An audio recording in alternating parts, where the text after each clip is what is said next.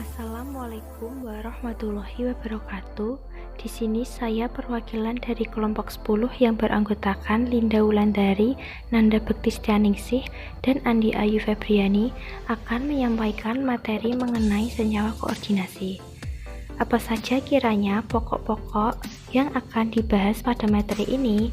Di antaranya adalah pengertian dari senyawa koordinasi, susunan-susunannya, bentuk molekul dan hibridisasi senyawa koordinasi, tata nama senyawa koordinasi, dan yang terakhir adalah apa contoh dari senyawa koordinasi tersebut.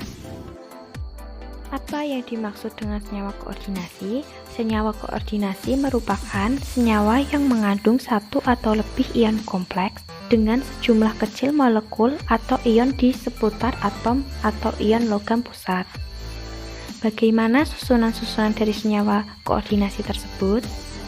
Susunannya terdiri atas atom pusat, di mana atom ini menyediakan tempat bagi elektron yang didonorkan. Biasanya bisa berupa ion logam, terutama logam golongan transisi yang memiliki orbital d yang kosong. Contohnya adalah Fe2+, Fe3+, Cu2+, Co3+, dan lain sebagainya. Susunan senyawa yang kedua adalah ligan. Ligan merupakan molekul atau ion yang mengelilingi logam dalam ion kompleks. Interaksi antara atom logam dengan ligan dapat dibayangkan bagaikan reaksi asam basa Lewis.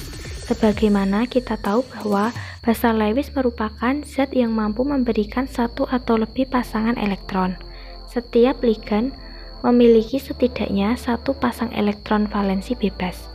Atom logam transisi, baik dalam keadaan netral atau bermuatan positif, bertindak sebagai asam Lewis. Dengan demikian, ikatan logam ligan biasanya adalah ikatan kovalen koordinat.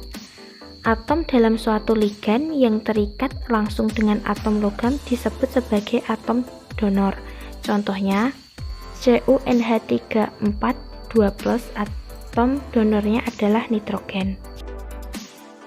Jenis-jenis ligan dibagi menjadi 3, diantaranya adalah monodentat yang menyumbang satu atom donor, contohnya H2O dan NaH3. Bidentat menyumbang 2 atom donor, contohnya etilena diamina atau disingkat dengan N. Yang ketiga ada polidentat yang menyumbang lebih dari 2 atom donor, contohnya heksadentat. Susunan senyawa koordinasi selanjutnya ada bilangan koordinasi. Bilangan koordinasi adalah banyaknya atom-atom donor di seputar atom logam pusat dalam ion kompleks.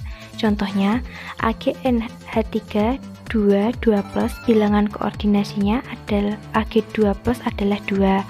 CuNH3 4 2+, bilangan koordinasi Cu2 adalah 4. FeCN6 3-, bilangan koordinasi Fe3+ adalah 6.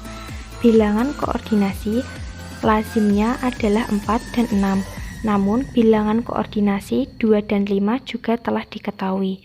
Bilangan koordinasi 2 berbentuk linier, bilangan koordinasi 4 berbentuk tetahedral atau segi empat planar, bilangan koordinasi 6 berbentuk oktahedral. Bilangan-bilangan oksidasi logam dalam senyawa koordinasi yaitu bahwasanya bilangan oksidasi logam sama dengan muatan ion kompleks. Ligan dengan NO3, Cl, Cn, dan NO2 memiliki bilangan oksidasi sebesar negatif 1. H2O, NH3, dan CO memiliki bilangan oksidasi 0.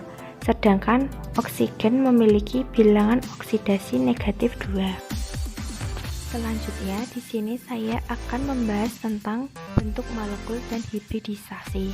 Bentuk molekul adalah susunan atom-atom di dalam molekul dalam bentuk 3 dimensi. Bentuk molekul berdasarkan teori dominan elektron, yaitu pada molekul sederhana, jika atom pusatnya memiliki 2-6 pasangan elektron, maka bentuk molekulnya dapat diramalkan menggunakan teori valence shell electron pi repulsion atau dikenal dengan istilah tolakan pasangan elektron di kulit terluar. Teori domain elektron. Domain elektron adalah kedudukan elektron atau daerah keberadaan elektron di dalam atom pusat. Lalu bagaimana prinsip dasar teori domain elektron itu? Yang pertama, PeI dan PeB menempati posisi di sekitar atom pusat dalam suatu molekul, sehingga terjadi gaya tolak-menolak antara pasangan elektron tersebut. Yang kedua, posisi PeI berpengaruh terhadap arah ikatan kovalen dan bentuk molekulnya. Yang ketiga, PeB akan mengalami gaya tolakan yang lebih besar dari PeI, sehingga PeB akan mendorong PeI agar lebih berdekatan. Akibatnya, PeB bisa menempati ruang yang luas. Sudut yang terbentuk antara PeB dan pasangan elektron lainnya minimal 90 derajat. Lalu, bagaimanakah bentuk molekul akibat adanya PeI dan PeB ini? Untuk bentuk-bentuk dan tipe molekulnya dapat disimak pada gambar yang tertera di video ini. Lalu bagaimanakah langkah-langkah untuk meramalkan bentuk-bentuk molekul? Yang pertama, menentukan jumlah elektron valensi atom pusat. Yang kedua, menentukan jumlah elektron dari atom lain yang digunakan dalam ikatan. Yang ketiga, menentukan jumlah PeI dan PeB-nya. Yang keempat, menentukan bentuk molekulnya. Selanjutnya, ada hibridisasi. Hibridisasi merupakan proses bergabungnya orbital atom pusat dengan orbital atom lainnya, sehingga terbentuk orbital hibrida. Orbital hibrida yang terbentuk memiliki panjang ikatan, sudut, dan tingkat energi yang berbeda dengan orbital pembentuknya. Keberadaan orbital hibrida ini mampu menjelaskan bentuk molekul dan ikatan atom-atom di dalamnya. Cara menentukan hibridisasinya adalah menggambarkan diagram elektron valensi atom pusat pada keadaan dasar, menggambarkan kembali diagram orbital namun dalam keadaan tereksitasi sehingga bisa berpasangan dengan elektron dari atom lain, menentukan orbital hibrida atau orbital baru dengan melihat orbital-orbital yang terlibat. Pokok bahasan selanjutnya ada tata nama senyawa kompleks. Yang pertama, nama kation ion positif disebutkan terlebih dahulu daripada nama anionnya, ion negatif. Yang kedua, untuk ion kompleks yang bermuatan positif, nama ligan disebutkan terlebih dahulu kemudian diikuti nama ion pusatnya. Yang ketiga, untuk menyatakan banyaknya ligan sederhana menggunakan awalan di, tri, tetra, penta, heksa, dan seterusnya.